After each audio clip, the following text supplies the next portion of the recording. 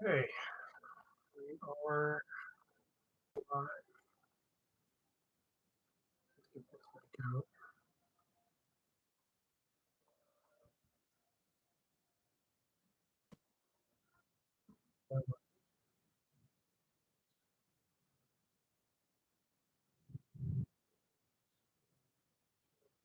Door to the night.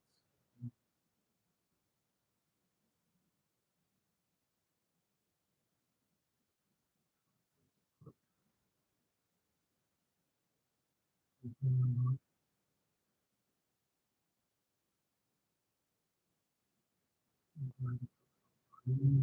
well.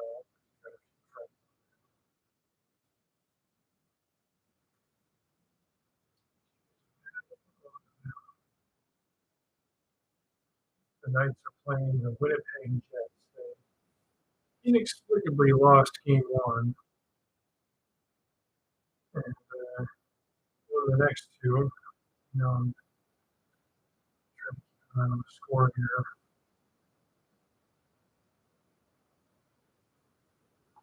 Man, the NHL's official page actually sucks for this kind of stuff.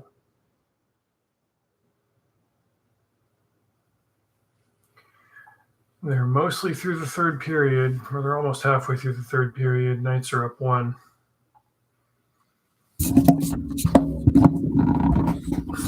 It's been a minute since I did anything with the live streaming on here. I have to get ready to go to work in an hour, so this seemed like a good idea.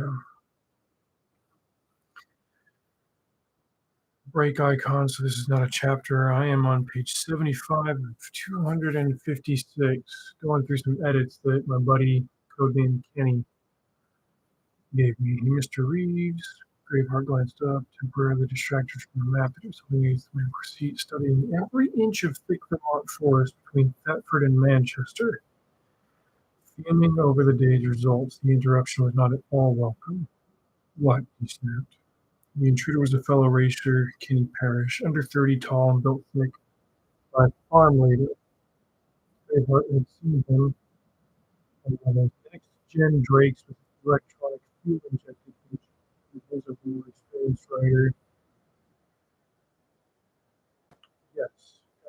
Feedback note here in the underwrite. I clunkily said what I. Oh, he's a more experienced rider.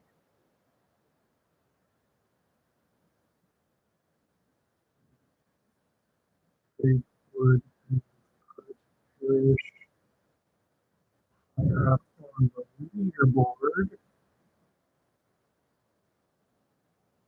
Yeah, we'll change that. So that was phrased. Why readers are valuable. Kenny had deserved the shot. It wasn't his fault. Braveheart was in a bad mood. He extended his own gloved hand. Very gentlemanly of you, Mr. Parrish. Here he's good for contemplation while I'm doing this crap. We're all looking around here. Hmm. Yes, yes.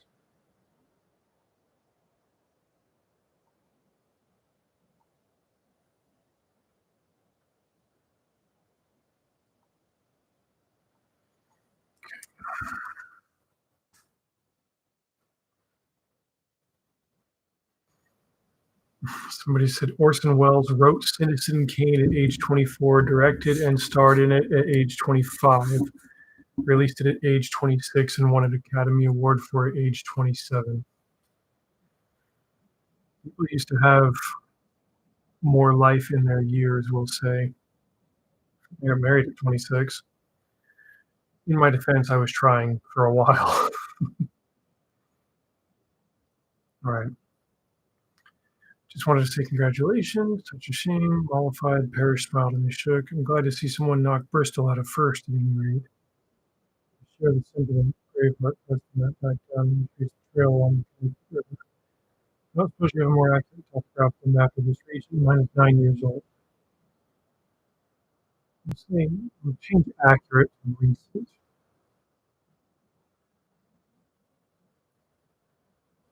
This is where Braveheart finds out that Kenny doesn't share maps. He's got a good engine, he's got a good personality, and he lacks experience. On a map, you're just reacting with an predictable course, you're relegating yourself to the path. Wilson, Pine, Bristol, everyone at the front is doing this at night. Better not to make better to not make too good a competitor out of Parrish. Whoa, hadn't thought of that. Parrish scratched his head, suddenly more interested in the map. Can I take a look? Yes, don't touch my mimic. Braveheart inched aside as Parrish leaned in, keeping his hands behind him. Good man. So, what are you looking for when you do this? Advantages. Okay, wait, we ran this stage already. This is today. 85 miles through woods as dense as the book of Isaiah. Scriptural references are relevant in this series because they are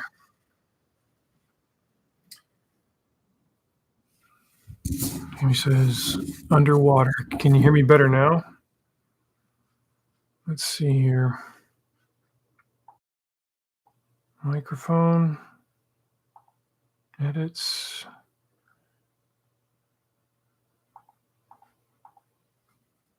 What's going on here? This should be streaming through the microphone. Playlist, audience. Blah, blah, blah. Sort by customization. Maybe I'm just not talking that loud. Is that better? Score is still 3-2. They got 10 minutes to go in regulation.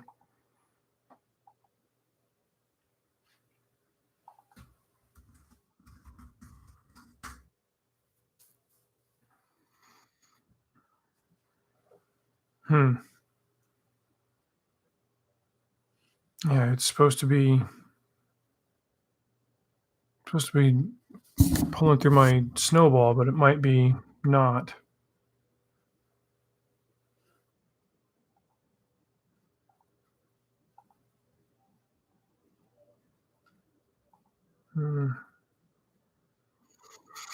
That's just chat settings. Let's see here. Yeah, I think they had a game pause at 9:27.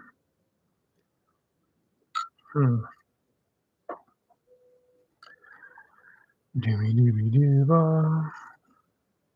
Not sure what's going on there. Oh.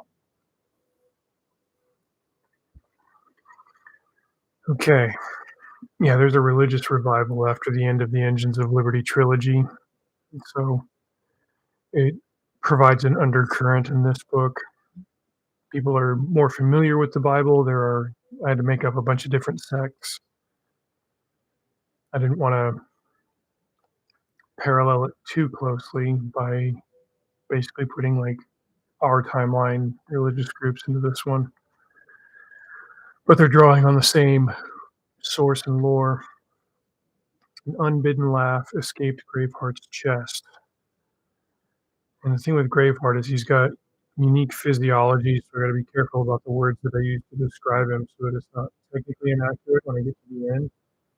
But I don't wanna like hang a lantern on it and give it all away.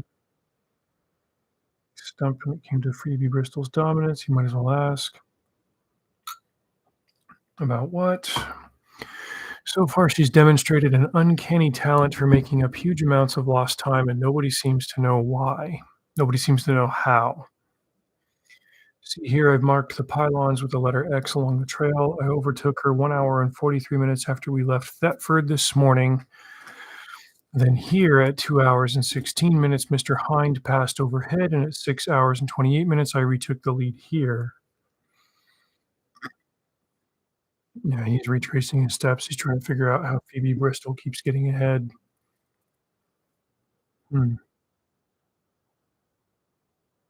This is a subplot of the overall race that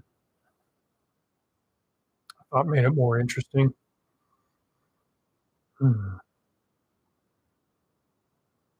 Yes, pay attention. I asked 14 minutes. I'm still staring at going through a rod. How is she getting ahead? Is she magical? That's illegal. I mean, sure, this is America, though. Laws are always laws. What magic would do this? I don't know all the types. Telemancy.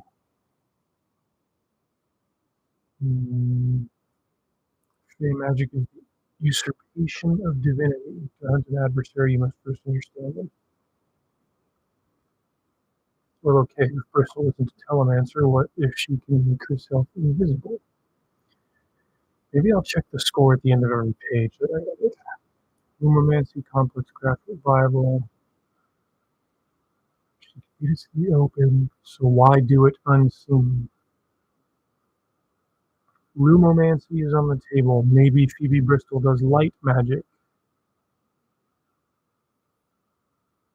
Not a problem. Give me what to think about. What smell? Oh, yeah, they find out that Etienne Leroux's dire moose had overexerted himself on the trail and emptied his bowels in the grass.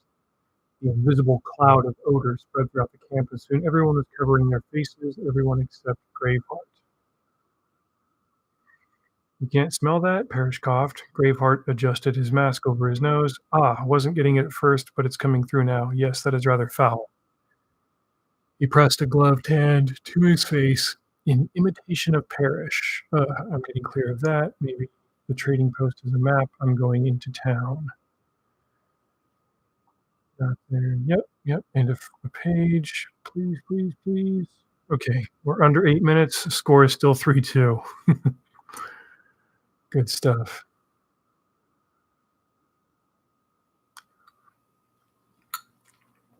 I am drinking yerba mate, not my usual brand. This is Amanda. Hmm.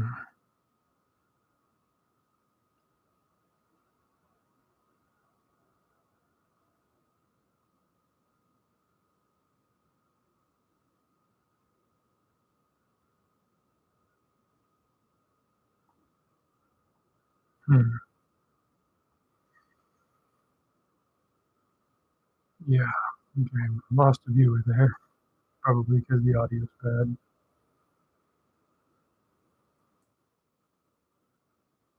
Hmm.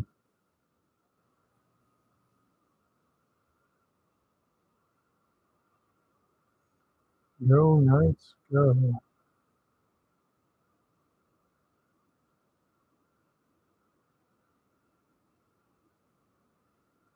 11-11.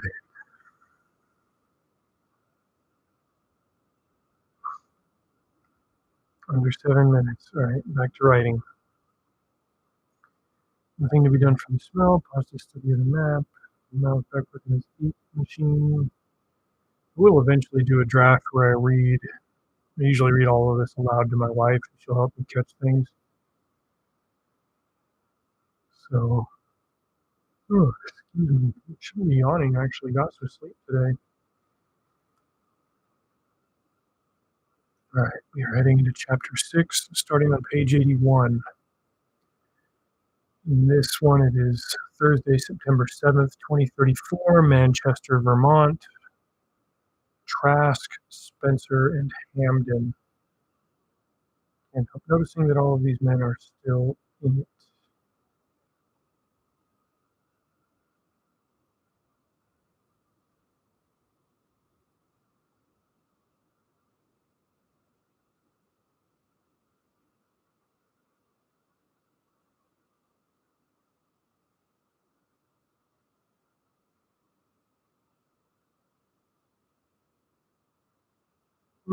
Excuse me.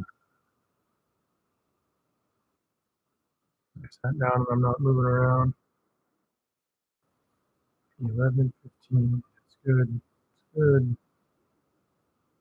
5.5 minutes. Knights are still up 1. Good. Knight above. Please get another goal. Knights. See, she says, not trying to stay in debt. A couple of words here and there. I'm at just under 75,500 on the word count. And I wouldn't mind getting it to less than that. I really expected this book to be about 50,000 words, and so seeing it up around 75, like, okay, it's not terrible, it's not a problem. Like, what's in there is good, but I can still trim it down. Like, even just trimming the fat, I can get it under 75. Getting it under 70 would be trickier. He rides with von Steuben and Leroux because their animals all get along. Separating them and taking them out one at a time requires strategy and opportunity together, and so far I have neither. See, right here is where I can trim a word out. Strategy and opportunity, and so far I have neither. Just say neither. Calico had seen the trio riding together the last few days. He gritted his teeth and forced himself to be practical. Fine, Trask and his goat are off the list. For now. It's a bighorn ram, said Earl Cobb. I don't care. Norling, forget Trask. Take out the French lady, Godon. She rides a Drake mech, and she rides it by herself. Tomorrow we start a 100-mile run into New York. Find a spot on the map and take her down. Why? Norling pressed. I owe you 100. You want to call that due, then call it due. I'm starting to not see the point in this. She consistently finishes in the back half of the pack every day. And she finishes ahead of Trask in the Fauna, Calico countered. In a few days we'll be south of Long Island, and the trail will open up for the mechs that don't touch the ground. I know that, and she knows that, but you don't know that because for some godforsaken reason you chose to enter this contest on a horse. And I'm in the top 9 every day, Norling said. Take out Godon or I'll make it 200, Calico said. Yeah, this is where Calico starts to become a little bit unglued, making mistakes.